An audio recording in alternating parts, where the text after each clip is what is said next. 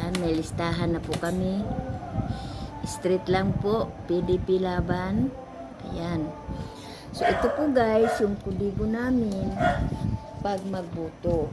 Pamimigay ko po to sa kapitbahay. Ito.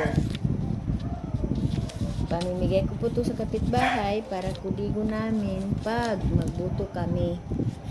Kasi para hindi kami magkamali. Basta street lang po kami guys. Ayan. Ayan. Pinagawa ko po to sa anak ko guys na buntis. Ayan. Pamudpud ko to guys. 40 po to katuog. Tapos dagdagan ko pa to. Para po to sa kudigo, street vote lang kami. Dito sa mga kapitbahay ko. Para kay Tatay Digong. So yun lang po guys.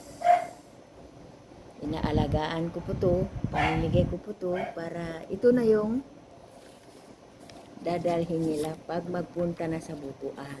Ito, pa isa-isa.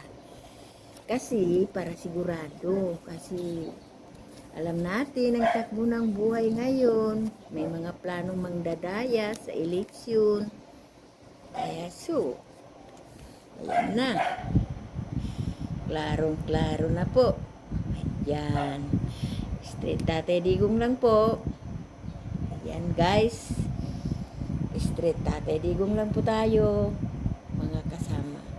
So ito na po yung mga kudigo namin. Pagdalhin sa dadalhin namin sa eleksyon. Ayan. Para hindi po kami magkamali. Ayan po. Salamat. Sana po street vote tayo.